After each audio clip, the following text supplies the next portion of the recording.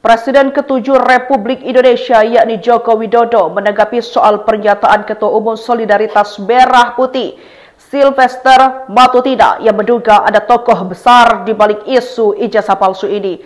Jokowi menuturkan selama ini ia sudah mengatakan bahwa ada agenda besar politik di balik isu ijazah palsu yang dituduhkan kepadanya. Selain itu, Jokowi juga menyoroti isu pemakzulan Wakil Presiden Gibran Raka Buming Raka yang juga merupakan putranya itu.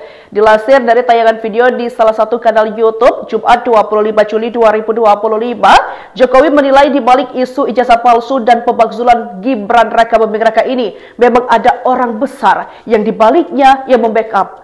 Sylvester Matutida menilai ramainya isu ijazah palsu yang dituduhkan kepada Jokowi ini tak lepas dari urusan dukung-mendukung di Pilpres 2024 kemarin.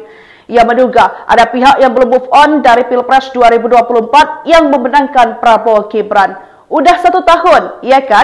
Sudah kalah, nggak bisa move on gitu loh. Harusnya ya kan menurut kita, ungkap Sylvester saat datang sebagai saksi kasus tudingan ijazah palsu Jokowi di Polres Jakarta Selatan Kamis 24 Juli 2025.